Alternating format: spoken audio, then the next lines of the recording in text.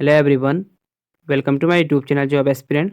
दोस्तों SSC GD 2025 12 फरवरी का थर्ड शिफ्ट में इसमें देखेंगे आपके जीके किस लेवल के आपके क्वेश्चन बने थे। और आज का आपको जो सबसे हार्ड पेपर बना था जीके का मेरे अकॉर्डिंग।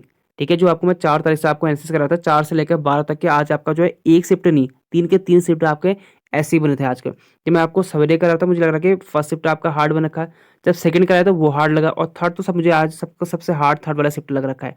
ठीक है, जिसने अगर इसमें 12 क्वेश्चन भी कर देना, 12-13 क्वेश्चन, तो उसके बहुत अच्छा स्कोर कर रहा हो 12 से 13 क्वेश्चन भी।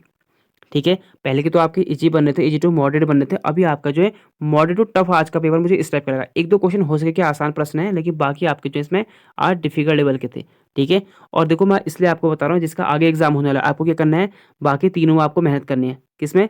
रीजनिंग, मैथमेटिक्स और हिंदी में आपको वहाँ अधिक से अधिक नंबर लाने की कोशिश करनी है। अगर आपके यहाँ 12 से 12 अगर आप करेक्ट भी कर दो, और अगर आठ आठ तुक्के भी मारो, तो उसमें अगर आपके एक दो सही भी हो जाए तो आप फिर भी अच्छा स्कोर करोगे। ठीक है, तो आपको 10 से 12 के आसपास अगर आपके सही भी हो जाए जीके में तो बहुत अच्छी बात रहेगी। आगे वाले की बात कर रहा हूँ मैं, अगर इसी टाइप का शिफ्ट बना तो।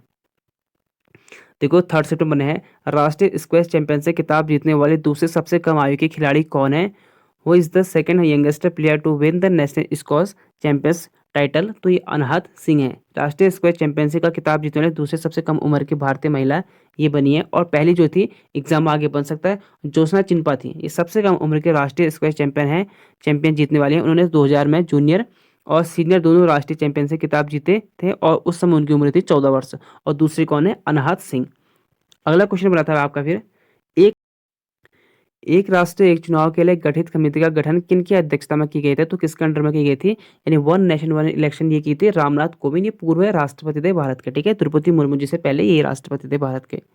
अगला क्वेश्चन पूछा गया था, तंजूर चौकड़ी किस नृत्य से संबंधित है? तो to which dance was the Tanjore associate? तो ये थी भरतनाट्यम से संबंधित थी। ठीक है, तंजूर चौकड़ी के 4 भाई थे, जिनमें चिनिया, पूनिया, शिवंदम और वडिवलु थे, जो 19वीं शताब्दी की शुरुआत में रहते थे, और उन्हें जिन्होंने भरतनाट्यम और कर्नाटक संगीत के विकास में योगदान दिया, और वो भरतनाट्यम की कला में निपुण थे, तंजूर चौकड़ी। अगला क्वेश्चन पूछा गया था, संतुलित बजट क्या है? What is the balance budget? तो किसी वित्तीय वर्ष में सरकार की आय और खर्च बराबर हो उसे कहते हैं बजट, यानी balance budget.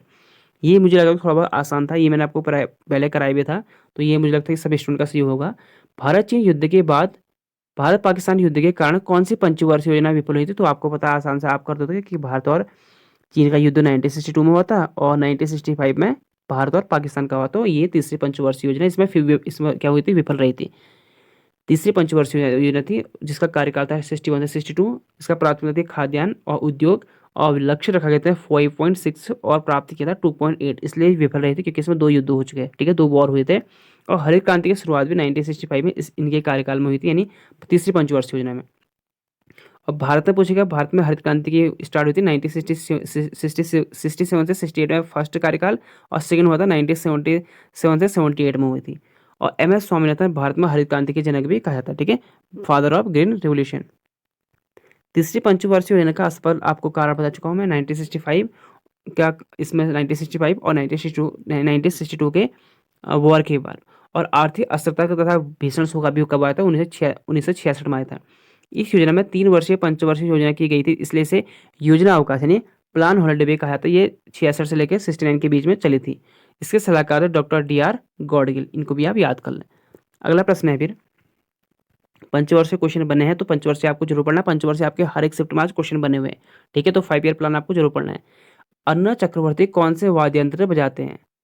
Which musical instrument does Arnav Chakraborty play? तो ये सरोद, ये कनाडा के हिंदुस्तानी शास्त्रीय गीत गाते हैं। ठीक है, सरोद ये सरोद से संबंध है, हिंदुस्तानी, लेकिन कनाडा में रहते हैं। ये भी मुझे लगा कि आसान है, ये भी सभी लोगों ने स्टोन कर लिया। 2-3 मैं ये नहीं कह रहा हूँ कि सभी क्वेश्चन टफ थे, लेकिन कुछ क्वेश्चन ऐसे ऐसे आपके 5 से 6 क्वेश्चन बिल्कुल इजी थे, वो कर सकते थे आप। इसलिए मैं आपसे कह रहा हूँ कि 10 से 12 क्वेश्चन, मैंने 5-6 नहीं कहा, तो 10 से 12 क्वेश्चन आप कर सकते थे, ऐसा नहीं कि नहीं कर सकते थे। तो आपको, लेकिन आपको करने तो 20 के 20 हैं, तुक्के मारने तो हैं ही आपको। ये नहीं कि आपको छोड़ना तो कुछ भी नहीं है आपने, आए ना आए।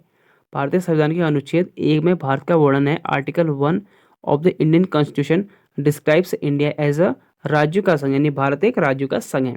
अनुच्छेद 1 में भारत को राज्यों का संघ बताया गया है। इस अनुच्छेद के मुताबिक भारत के क्षेत्र में राज्यों, केंद्र शासित प्रदेशों और भविष्य में अधिकृत होने वाले क्षेत्र शामिल होंगे। जैसे पीओके हो जाएगा, पाक ऑक्यूपाइड कश्मीर, अगर फ्यूचर में अगर भारत के पास आए।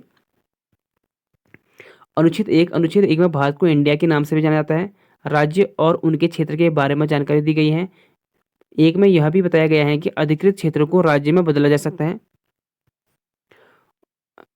और अनुच्छेद 1 में यह बताया गया है कि भारत के सभी क्षेत्र भारतीय क्षेत्र के रूप में संयुक्त राज्य के अंतर्गत आते हैं। यानी अधिकृत मतलब सपोज हमने कल पाकिस्तान भी ले लिया या बांग्लादेश भी ले लिया, तो वो भी हम अनुच्छेद 1 में रखेंगे। ठीक है, अगर फ्यूचर में ऐसा हुआ तो। अगला प्रश्न है फिर, तत्वबोधिनी सभा के संस्थापक कौन थे? Who was the founder of Tattvabodhini सभा? तो ये थे देवेंद्रनाथ टैगोर, और इसकी स्थापना हुई थी 6 अक्टूबर 1839 को हुई थी। इसकी शुरुआत नाम तत्वरजनी सभा से हुई थी। देवेंद्र टैगोर ब्रह्म समाज के पूर्व सदस्य और प्रमुख व्यवसाय द्वारकानाथ टैगोर के सबसे बड़े बेटे थे। देवेंद्रनाथ टैगोर प्रसिद्ध बहुश्री रविन्द्रनाथ टैगोर के पिता थे। तर्कसंगत दृष्टिकोण के साथ भारत के अतीत का अध्ययन भी करते थे।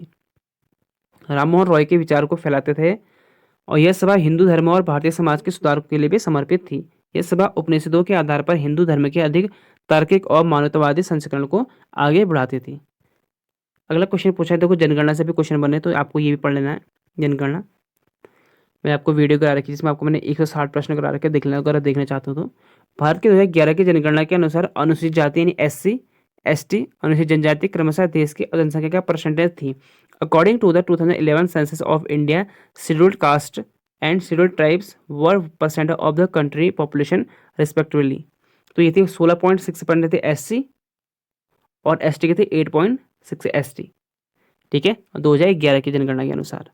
अगला प्रश्न है फिर, देख सकते हो यहाँ पर। देखो आपको मैं बार बार कहता हूँ कि मुख्यमंत्री आप पढ़ के है ना, राज्यपाल, ये आपको मैं डेली करा भी रहा हूँ, इसको देख लेना आप। अगर आपने मेरी वीडियो अगर आप डेली वॉच करते हो ना, मुझे लगता है कि आपको 2 से 3 नंबर का तो फायदा होता ही होगा। देखो जिस स्टूडेंट ने देख रखा है तो मुझे कमेंट करके जरूर बताना जिसका एग्जाम था आज, अगर आपको फायदा हुआ नहीं हुआ। 2024 में दिल्ली की नई मुख्यमंत्री की शपथ किसने ली थी? अब तो खैर वो चुनाव भी हार चुके हैं। Who was sworn in as the new chief minister of Delhi in 2024? तो आतिशी मालेना ये बने थे 31 दिसंबर 2024 को ये बने थे, क्योंकि केजरीवाल जब जेल से बाहर आए। तो देख सकते हो आप, ये आतिशी मालेना लेफ्टिनेंट गवर्नर जो वहाँ के हैं विनय कुमार हैं, और ये भी आपका एग्जाम बन चुका है। राज्यपाल पुडुचेरी के, इन सबको आप नोट कर लें। अगला क्वेश्चन है फिर, यमसे नाम का आदिवासी त्योहार पारंपरिक रूप से संबंधित है? तो ये नागालैंड से संबंधित है। ठीक है, ट्रेडिशनल एसोसिएट विद फेस्टिवल किसे है? नागालैंड। या गरिमा हजारिका कौन से शास्त्रीय नृत्य से संबंधित है? तो Garima Hazarika is related to which classical dance? तो ये है सत्रिया नृत्य से। ठीक है, असम का है, असम से ये बिलोंग करते हैं। तो देखो ये शास्त्रीय नृत्य आपको मैं सभी करा रखे, और सभी कौन किस राज्य से, ये भी आपको मैंने करा रखे साथ में। ठीक है, देखो भरतनाट्यम तमिलनाडु का हो गया, कथक उत्तर प्रदेश, कथकली केरल, उड़ीसा, मणिपुरी, कुचिपुड़ी, और एक छऊ भी हो गया आपका नव शास्त्रीय नृत्य। तो यही सभी आपको याद करने। स्टार्टिंग में आपसे सिर्फ ये पूछ रहा था कि भरतनाट्यम किस राज्य से संबंधित है, लेकिन अब आपसे क्या पूछ रहा है? उनसे संबंधित व्यक्ति। तो आपको सभी पढ़ने, देखो यामिनी कृष्णमूर्ति बन चुका आपके एग्जाम में अभी तक, इसमें बन चुका सोना नारायण बन चुका एग्जाम में, सीतारा देवी बन चुका है। ये काफी एग्जाम अभी तक आपके बन चुके हैं। जिसका आगे एग्जाम होगा उसके इंपॉर्टेंट वीडियो रहेंगे, और इसका आप स्क्रीनशॉट ले सकते हो, जिसका भी एग्जाम रहेगा तो उसको आप याद करें। ठीक है, तो ये देख सकते हो आप, मणिपुरी हो गया, कुचिपुड़ी, मोहिनीअट्टम, सत्रिया, और सुनिंदर नायर, ये एग्जाम बन चुका आपका। तो सबके सब राधा रेड्डी एग्जाम बन चुका है। तो सबके सब इंपॉर्टेंट है आने वाले एग्जाम आपके, जिसका आगे भी अभी आपके एग्जाम किए थे 25 तारीख तक आपका एग्जाम चलने वाला है। ठीक है, तो वीडियो को अधिक से अधिक शेयर जरूर करें अपने दोस्तों के साथ, और अभी तक अपनी वीडियो को लाइक नहीं किया तो वीडियो को लाइक, चैनल को सब्सक्राइब कर लें। और PDF आपको मिल जाएगी, इसकी लिंक डाल दूंगा मैं डिस्क्रिप्शन में, आप वहाँ से इसका PDF डाउनलोड कर सकते हो। आपको पहला, दूसरा, तीसरे दिन तीनों आपको, पहला, सेकंड और थर्ड तीनों शिफ्ट की आपको PDF मिल जाएगी यहाँ पर। ठीक हो गया, और कल आपके लिए एक वीडियो आएगी जिसमें आपको मैं कराऊंगा 4 से लेकर 13 तारीख तक आपको पूरी एक ही वीडियो में कंप्लीट कराऊंगा, जिसका आगे, क्योंकि बीच में आपका फिर गैप है एग्जाम में, जिसका आगे रहेंगे उसके लिए इंपॉर्टेंट वीडियो रहेगी। ठीक है, और साथ में आपको PDF भी दूंगा। ठीक है, फ्री ऑफ कॉस्ट, उसका कोई पैसे चार्ज नहीं लूंगा। गरीबी सूचकांक 2024 में भारत का रैंक क्या है? तो what is the rank of India in poverty index 2024? 126वें स्थान पर था। या मुझे कंफर्म नहीं क्वेश्चन पूछा गया था, लेकिन इस टाइप का आपका क्वेश्चन बना हुआ था। ठीक है, अगर आपका एग्जाम था मुझे कमेंट करके बता देना कि कौन सा एग्जाम में क्वेश्चन ये आया था कि नहीं आया था करके। तो ये थे आपके क्वेश्चन। और हिंदी रीजनिंग का तो खैर अभी आपका ठीक लेवल का बन रहा है, तो वहाँ दिक्कत उतनी होने वाली नहीं है, अभी कोई कह रहा नहीं।